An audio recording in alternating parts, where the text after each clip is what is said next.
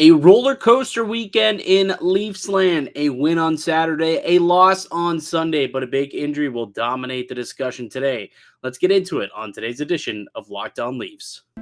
You're Locked On Maple Leafs, your daily podcast on the Toronto Maple Leafs, part of the Locked On Podcast Network. Your team every day.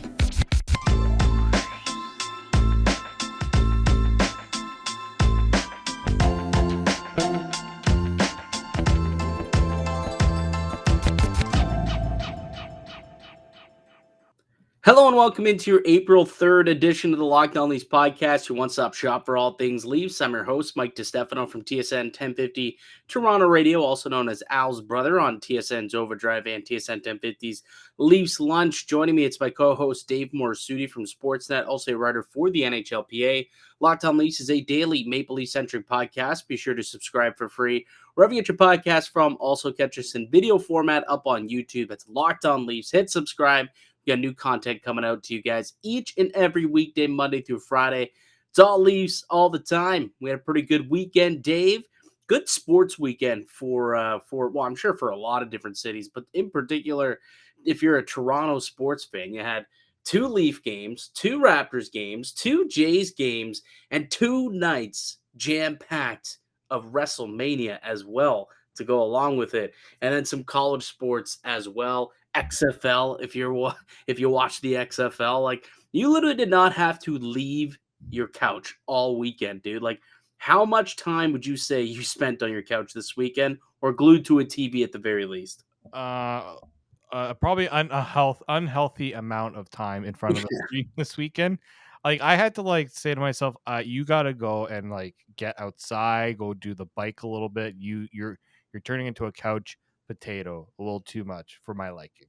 Yeah, I mean, it just everything rolled into one another, like especially today. And then, Leafs game ends, you toss on WrestleMania, and boy, what a finish! You want a really quick thought on Mania with spoiler alert, Roman Reigns continuing his dominance, beating Cody Rhodes. I don't think you felt so good about that, Dave. I know you. No, I'm a big I've watched a lot of WrestleManias throughout my life. I've not missed a single WrestleMania, in my lifetime. And you talk about WrestleMania moments, they took that away from Cody Rhodes. Like it was set up perfectly, but just like WWE does, you can't get everything you want. No, you can't. And yeah, I saw the react. I was watching as well, and I had the same thought. It was upsetting. My roommate, same thing, and a lot of the people up on Twitter, same thing. Really upset that my roommate said he felt cheated. Cheated. He doesn't Ooh. even watch wrestling anymore, but he just knew the storyline and felt cheated just based off of the way that it ended. But nonetheless, is what it is. We'll see what happens in the wrestling world. As for the Leafs world, a little bit more clarity on the postseason officially. We knew that it was eventually going to be official that Leafs and Lightning will be locked in as the 2v3 match in the Atlantic Division. Well, it's now official over the weekend. The Lightning locking into that divisional spot, so it is going to be Leafs and Lightning round one, and still don't know where it's going to be played. We assume Scotiabank Arena. They do have the upper hand there. Barring some sort of collapse at the end of the season, it should be game one here in Toronto. So we'll see. But it is official that it is going to be Leafs versus Lightning in round one. So throughout the week, we can start kind of looking forward since we know exactly officially. I mean, we always knew it was going to be that, but now it's actually Yeah, we knew back in November what it was going to be. That's true. Now it's 100% though. All right, let's dig into what we saw occur over the weekend though, Dave.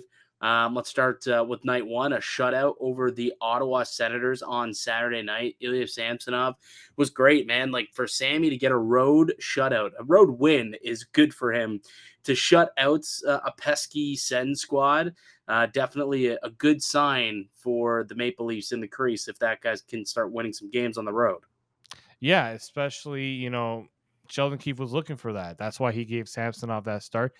I understand the Senators weren't exactly at full strength, but that's still a desperate Senators team, still looking to make the push for the playoffs, and kind of satisfying that the Leafs, they didn't officially put the nail in the coffin, but they took a couple of hammer shots to it. That's for sure. think Ottawa ended up losing the following night too, though. They lost tonight in overtime or shootout, so they didn't pick up a full 2 points tonight. I think they are Columbus the other to night. Columbus at that, right? They were up. I think they were up 3-2 in the first period, and Yeah, and they only ended up with 1 point tonight. So Ottawa pretty much done, I would say, which again was fully expected. Pretty much a three-horse race for two spots. The Islanders, the Penguins, and the Florida Panthers, pretty much. But as for the rest of that game, like what else did you like out of the match against Ottawa? I'm in wrestling mode. The game against Ottawa. yeah, I mean, you first off, you look at the Samsonov's was obviously the highlight, but I liked some of the physical play, like Luke Shen doing what he did to Brady Tkachuk in that game. That's something a few months ago. I remember that game in Toronto that Ottawa just absolutely dominated. It was the Brady Tkachuk show because the Leafs didn't really have that guy that could physically impose their will on a Brady Tkachuk, and I loved that Luke Shen was the one doing it. I mean, I'm also bearing the lead a little bit here, but the new Big Z in town, I love that nickname just came up. I was gonna get to that Yeah. afterwards. If you didn't say it, I was gonna get to it. Radim Zohorna made his Leafs debut, scored a goal, and yeah, I mean he was in the mix. Like he didn't play a whole lot, but it was an efficient like 8-ish minutes that he played. I thought that he was hard on pucks and got in good areas, got some good shots off in the slot. Went to those areas in front of the net where you got to do your dirty business. Just a big body who used it. We've had some big bodies in the city that don't want to use it. My guy Pierre was one of them. Radim Zohorna did not mind using his body out there, and he was pretty good with when he had the puck too. I was looking coming into the game, he was like a plus 14. Oh, plus minus isn't the best stat, but in 30 NHL games, being a plus 14, I think that's pretty noteworthy. Like when he's on the ice, very limited time, good things tend to happen. Like you just can't overlook that. And I thought, he won a lot of the shifts that he was playing Saturday night and obviously scored a goal and was rewarded with another night. Now there was some injuries and guys who sat out, which we'll get to in a moment, that gave him that second game. But Big Z, do you think though that he is somebody who might be able to fight for like a fourth line role with this team, or is this just gets a little sniff, but ultimately probably black ace type of guy? Yeah, I mean, one game. I'm not always the big on like, oh, he's so amazing. You got to keep him in. Well, it's one game. He has to still Well, it's earn two it. games. I mean, played Yeah, against he Detroit did as play well against now. Detroit. I mean, after that first game.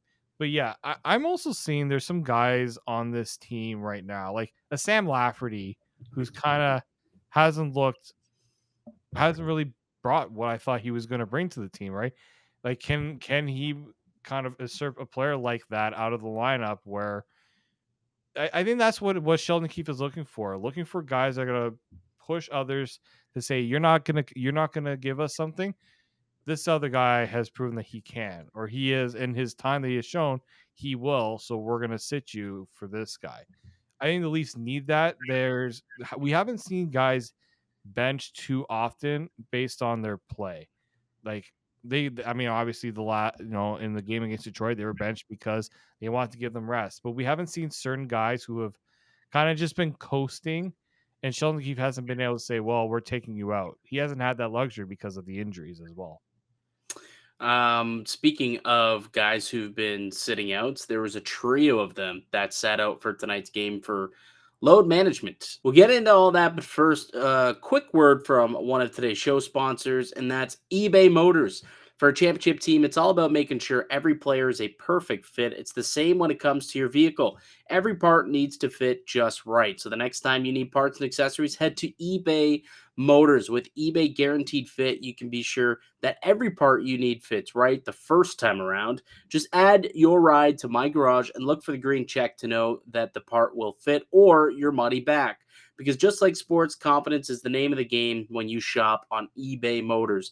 And with over 122 million parts to choose from, you'll be back in the game in no time. After all, it's easy to bring home a win when the parts are right and guaranteed. Get the right parts, the right fit, for the right prices on ebaymotors.com. Let's ride. Eligibility items apply, exclusions apply.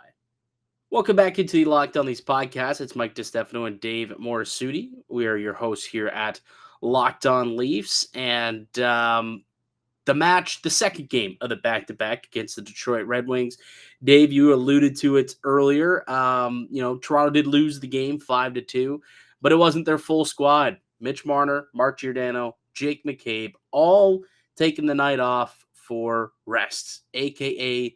load management. It's officially infiltrated the NHL, and the Maple Leafs are culprits of it, and they didn't play tonight. Like, before we get into tonight's game, what are your thoughts on this? Are you okay with it? Does it bother you at all? Like, your thoughts, pal?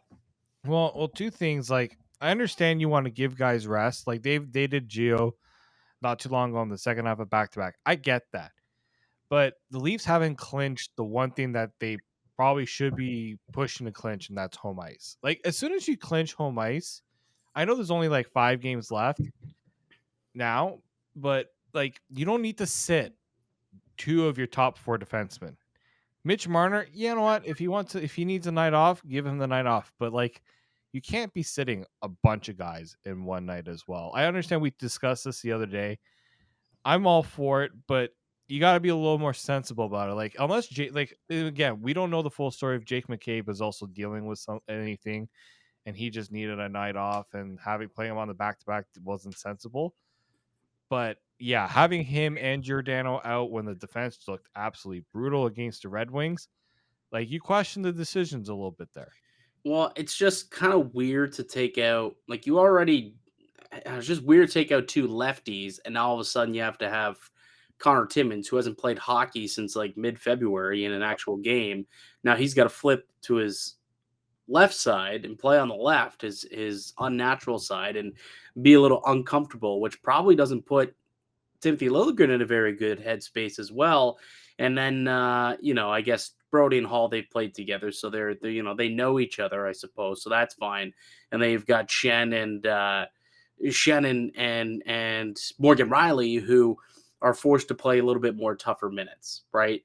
Just because you're missing Gio and McCabe, who are 2 of your, defensive players. So it kind of was weird to have both of those guys sitting on the same night. Maybe you sit McCabe last night.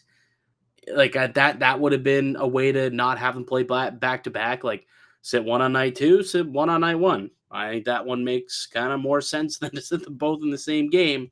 Nonetheless, it happened. Mitch Marner also did get the night off, and I thought that his presence was kind of missed tonight. I didn't think that there wasn't a whole lot of juice from a lot of guys tonight, like the back end. I didn't think up front also looked particularly good, to be quite honest with you. I think they're the better team, but ultimately Detroit's just not very good.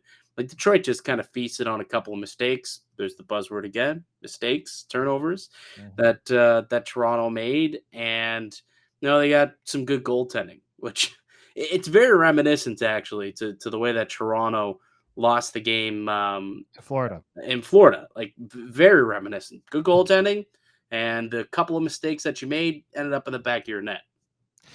Very much how tonight's game went. Yeah, no, I almost a carbon copy. I would say the Leafs, the mistakes they made were a lot more brutal than the ones against Detroit. Against Florida. And then when you look at the goaltending, like, the idea that I understand, Matt Murray was brutal when he was in the net. The goals he let up, didn't like him. I didn't think he looked great on them. But if you're expecting your goaltender to constantly have to bail out your team when they make dumb mistakes, like, it's one thing when you have to bail out your team when the other team's making a good play and you have to, step up. But when your team is making brain dead mistakes, I'm talking brain, like, some of them were brain dead mistakes. And then, like, the one that really annoyed me was the Larkin goal, where Justin Hall has a chance to go up and, like, actually challenge Dylan Larkin, and he's just like, yeah, Dylan, I'm gonna go to the right, you go to the left, or you go to your right, I'll go to my right, part the open sea, and you can go and have a great shot on net. Like, things like that annoy me, because those are mistakes you're making that's costing your team. And Yeah. those are the backbreakers in the playoffs. We have seen it time and time again. And that's what annoyed me about this game. The Leafs play, as you said, they control play. We heard Sheldon Keefe say, I like that we're controlling play. But controlling play doesn't always lead to wins when you're making the mistakes you're making. And it doesn't seem like that message is getting through. And that's not going to get easier against the Tampa Bay Lightning, who seems like they've, remember how to play hockey again of Yeah. late. And they're dummying teams. So Toronto, they got to rein it in, man. Like, I know there's only 5 games left. They don't mean anything in the standings. They don't this, they don't that.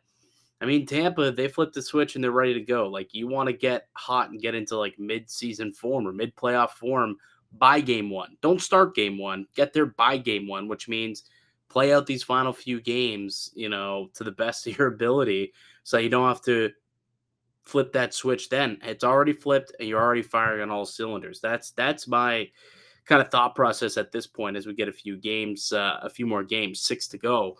But obviously the big thing coming out of tonight's game is the Matt Murray injury. That is definitely worrisome. Let's take one quick break. When we get back, let's detail what we know about the injury and what this could mean for the Maple Leafs moving forward. Also, some interesting comments coming out regarding Michael Bunting and the penalties that he took today. Keefe, not too happy. We'll tell you about those in just a few moments. But first, Dave, how about a word from our show sponsor? Yep. Today's episode is brought to you by AG1 by Athletic Greens. Keeping up with proper nutrition is really hard. You're busy, you're stuck at your desk, you're eating whatever you can just to get you through the day. But what if you could start your day with the ultimate daily nutritional insurance? With a single scoop of AG1 in a glass of water, you can do just that and absorb 75 high quality vitamins, minerals, whole food source superfoods, probiotics, and adaptogens to start your day right. Athletic Greens was created when the founder experienced a ton of gut health issues and ended up on a complicated supplement routine to recover. It cost him $100 a day, which just isn't sustainable. He created Athletic Greens after experiencing how difficult it was to create an optimal nutritional routine on your own. All for around $3 a day. Yes, I said $3 a day. Right now, it's time to reclaim your health and arm your immune system with convenient daily nutrition. To make it easy, Athletic Greens is going to give you a free 1-year supply of immune supporting vitamin D and 5 free trial packs with your first purchase. All you have to do is visit athleticgreens.com/NHL network. Again, that is athleticgreens.com/NHL network to take ownership over your health and pick up the ultimate daily nutritional insurance. Welcome back into the Locked On Leafs podcast. Tim, Mike DiStefano, and Dave Morassutti with you.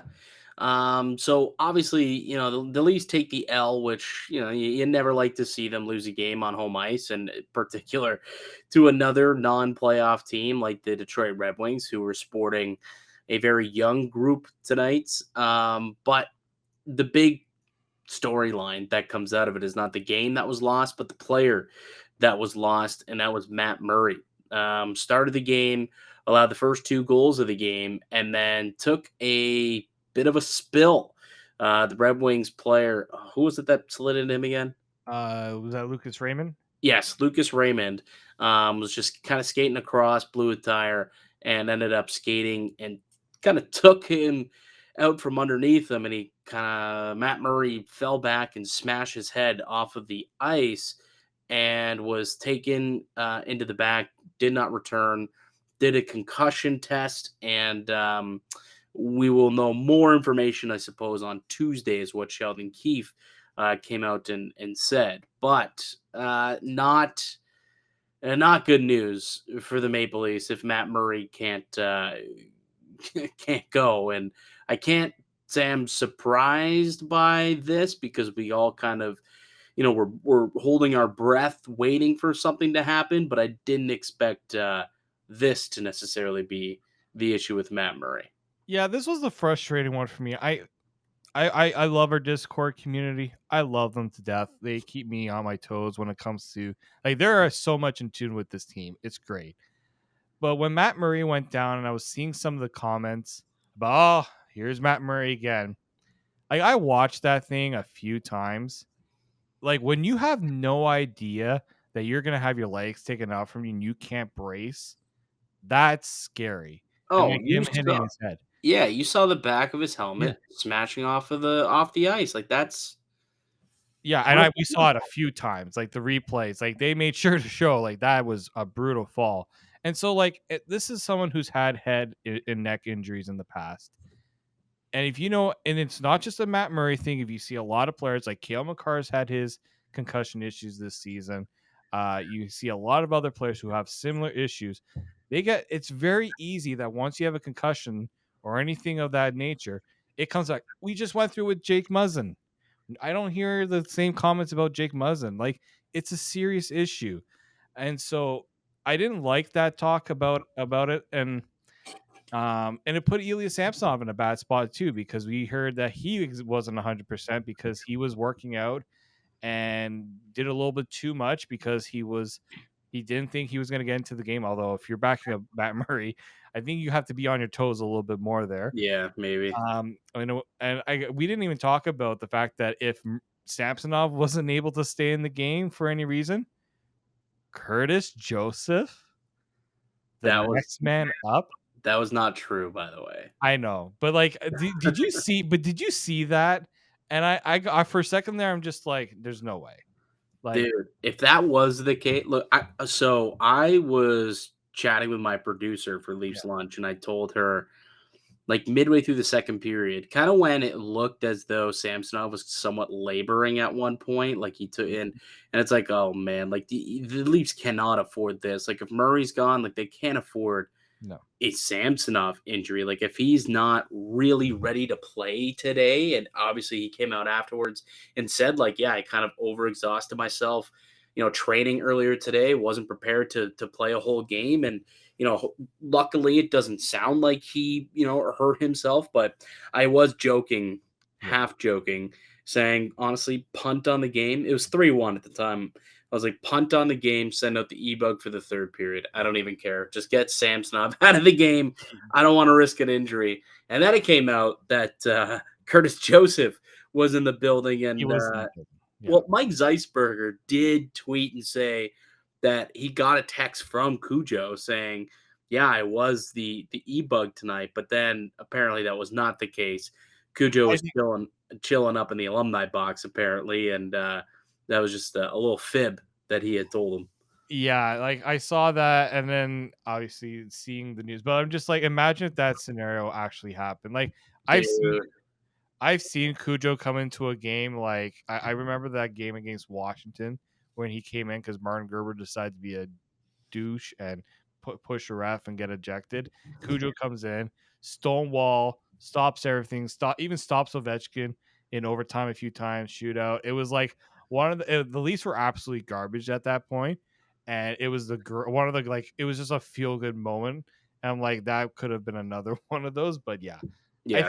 I think how old is Cujo? He's in his 50s, I believe. Oh, yeah, he's Yeah, he's up there. Like, yeah. I doubt he's strapped pads on in 5 years. Like, I think he's probably played in a few like alumni charity games, so like he's not like he's probably seen the ice, but it's different when you're going up against players that are gonna be shooting the puck at a little more of a pace that you're not seen in like a decade. yeah, I think playing against, the local firemen or police officers, a little different than, if you're, going up against Dylan Larkin or Lucas Raymond or, Mo Sider shot for the point. Yeah, But, it would have been funny. I don't know who the E-Bug really was, but, we should like, we should find that out.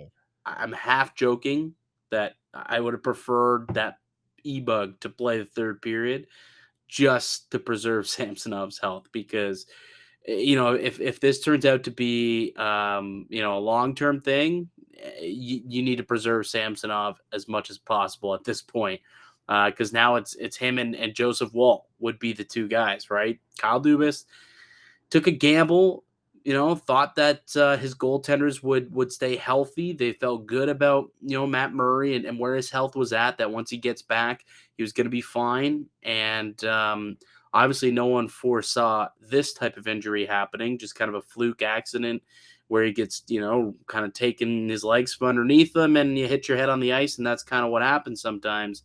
But now, again, like I said, it's Samsonov and Joe Wall. So a week ago, Everyone loved Joe Wall. He was the goalie of the future. He was supposed to be the number one guy. Remember? Put that guy at number one. Talk about the Discord. The Discord was popping off about Joe Wall and that win against Nashville.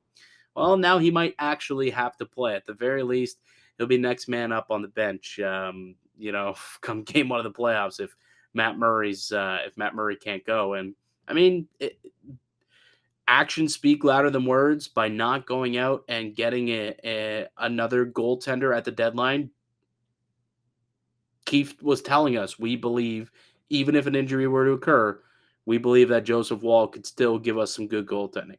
And we've seen it. We have. So we'll see what ends up happening. But that was that was definitely the story of the game against Detroit was Matt Murray leaving the game with a concussion. He'll be evaluated, and we'll know more about it on Tuesday. The other big thing about this game, or at least post-game, is Michael Bunting versus the refs. I really, really am curious how Michael Bunting is supposed to play on the edge the way that he has to play in order to be effective if the refs are going to be as excited to put him in the box as they are. I've been on team Michael Bunting needs to find a way to get past it or find his way to kind of hone it back. But at the same time, it's not an isolated incident. It's not something that's happened twice. It's happened numerous times. And I feel like, and we know for a fact that the referees see certain players and they're just, we're gonna make, we're not gonna have any of this. They're not gonna they don't want to deal with that stuff. But I think that's what it was. There's one thing to not have penalties called on somebody. Yeah. But for Michael Bunting to take a couple of what seemed to me as some pretty hefty cross checks to the back, worthy of being sent down to the ice, not once but twice, and he goes to the box for that. That's just ridiculous. Absolutely ridiculous. And then he's the one who gets picked out of that big scrum. He wasn't the one who was punching someone in the face. Yeah, he did nothing. Was he egging on guys? Probably. That's what he has to do with the stick. I think it was Mo Sider's stick where he didn't give it back, or he was putting it in his feet, and he was being a dink. He was being Brad Marchand. Let's be honest here. He was doing what we see Brad Marchand do countless times. I don't see Brad Marchand getting 10-game misconducts. He probably gets penalties. He doesn't get to 10-game misconducts like Michael Bunting did tonight. No way. That was ridiculous. And actually, I'm going to send you Sheldon Keefe's Mediaville that he had today. Go to the 9:54 mark, and this is Michael Bunting, or this was Sheldon Keefe. What he had to say on Michael Bunting and how he feels about the way that he's being officiated, because it's truly getting a little out of hand here. And has been for a little bit. So here's Sheldon Keefe in post game today on Michael Bunting. I don't know. Just it'll go in the hands of the trainers. They'll deal with it, and he'll bounce back, and Sammy will go. Were you surprised that Michael was assessed a 10-minute misconduct in the second? Surprised? Based on the way that he's been officiated of late, no, I'm not surprised at all. So it's part of it. But, it's Bunce has got to do his best to stay on the line. And in terms of how he's been officiated, Kyle will deal with that with the league. You're looking to get some. There you go. That was, pretty. Kyle will deal with that for how he's been officiated. And even said, the way that he has been officiated of late, I guess he wasn't surprised, which I guess you shouldn't be. But is that fair to Michael Bunting? I guess he put himself in that position to be officiated that way. But at some point, I think things tend to get out of hand. And tonight it seemed like it was out of hand, where it's the refs versus Michael Bunting. The part there that, when I heard Sheldon Keefe say that, it's he's got to toe the line. He's basically saying Bunting has to be careful, but being careful also doesn't appear to be enough, right? It's almost like he hasn't I was done anything. pretty careful Yeah, tonight. He wasn't beaking at the exactly. officials. Yeah, I was gonna say he didn't cross a line. Was he being all nicey nice on the ice? No, but was he being, up to the point where he should have been thrown out of the game? Absolutely not. And that's probably the part that probably frustrates Sheldon Keefe a little bit, is that he's probably told Bunting, you got to watch yourself a little bit out there. And even when he kind of does keep himself at bay, the referees are just like, no, we're not. We just don't want to deal with you. We don't want to deal with players constantly getting into scrums, and because they don't like you, right? That's what it seems like, and it's not fair to Michael Bunting in that regard. This is the one of the many times where I feel like the fact that Sheldon Keefe says Kyle will deal with this with the league. I don't know what the league is gonna really do. Like, they're gonna probably say, "Hey, lay off of him," so he'll do it. The league will do the refs will do it for a game or two, and then after a few I don't games, know because you remember, was it last year? Yeah, I think it was last season where you look at penalties drawn per 60, yeah, and Matthews was like 360th in the league or something like that. And he made a comment. He's like, it's kind of bizarre that a guy who has the puck that often in the offensive end isn't drawing penalties. And then after that game, after he had made that comment, he did start to draw some penalties. Some stuff started to get called, and like there was infractions that were made that just weren't being called. Whereas after that comment, things started to get called more by the book the way they should have been. So I wonder if now people or officials will think twice, like about penalizing Bunting, because now I feel like they're just looking for him to do something as opposed to reacting to what Bunting has done. They're waiting for him to slip up and do like the littlest thing, and they're just going to tee him up. They're like waiting for it. It's almost like, remember the Key and Peele, touchdown celebration. yeah. The referee sitting there waiting for the triple pump or whatever, and he does it, and boom, penalty, flag. It's like they're just waiting for this guy to do something, slip up, so they could toss him in the box. That's what it feels like at the very least. And I forget, and you also forget that it means something when it's said in Toronto, because it becomes a talking point, and it's going to continue to be like, let's be honest, on the radio, I know your show on Leafs Lunch, and I'm sure many other shows talking Leafs will be discussing this exact thing. And for a fact the NHL will not want that to be a talking point. So they might even say to themselves, look, we have to keep we have to keep the conversation on something that does not involve our officials and how they're handling players.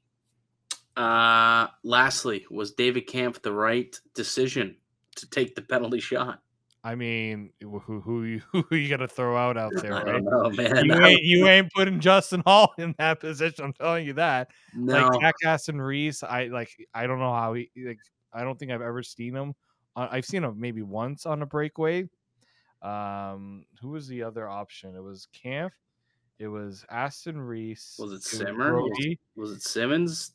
Lafferty, I I think. think it was Lafferty. Well, yeah, Lafferty doesn't deserve it either. So yeah, we've seen David Camps. He's got a good finish once in a while. We've seen him shorthanded come in on those chances, but it's a different animal when you're on Usually, a penalty shootout. usually set up by Marner, but I don't know. I feel like I would have went Lafferty.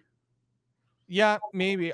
I problem is Lafferty hasn't exactly, maybe because Keith felt like He's getting got 11 goals on the year. It's more than Camp. Camp has like 5 goals this season. Lafferty's got 11. Like, well, maybe he would have been able to get one. Anyway, it doesn't really matter at the end of the day. I think don't know how much different it would have made the game. Although I guess it would have they would have given them the lead. It was still 1-1 at that point at the penalty shot, or was it 2-1 by then? I'm trying to remember. good question. Maybe it would have been different. Maybe I it think would it have was been still different. 1-1 at that point. Yeah, maybe if they take a 2-1 lead, things end up a little different. But regardless, Toronto dealt a loss 5-2 to Detroit. They lose out their goaltender, Matt Murray, and the losing respect from Michael Bunting. as well, or the refs are at the very least. So not a great game. Not a great game for the Leafs. I mean, they played okay, but not a good outcome in many different aspects for Toronto. All right, buddy. You got anything else you want to mention from the weekend? Yarncroc gets his 19th of the season, one away from 20. Continues to look solid, so that's good, especially without Marner. They needed somebody to step up and score a goal. He did do that. Morgan Riley getting I thought initially he scored, but then you see the JT tip in front, so good to see the power play get something going a little bit there. Yeah, they're finally shooting it from the point. Yep. Who knew? Who would have thought? Yep, exactly. All right, buddy. Good stuff. We'll come back tomorrow and tee up that game against Columbus. Hopefully, we'll have more news on the goaltending situation as well. But that'll do it for us here today on the podcast. I'd like to thank you all for listening and supporting the show. You can subscribe to the Locked On Leafs podcast on all podcast platforms and receive daily Leafs content. Follow myself on Twitter at Mickey_Canuck. Follow Dave at D_Morassutti. We'll be back with another episode tomorrow for you guys. But until then, keep it locked right here on Locked On Leafs.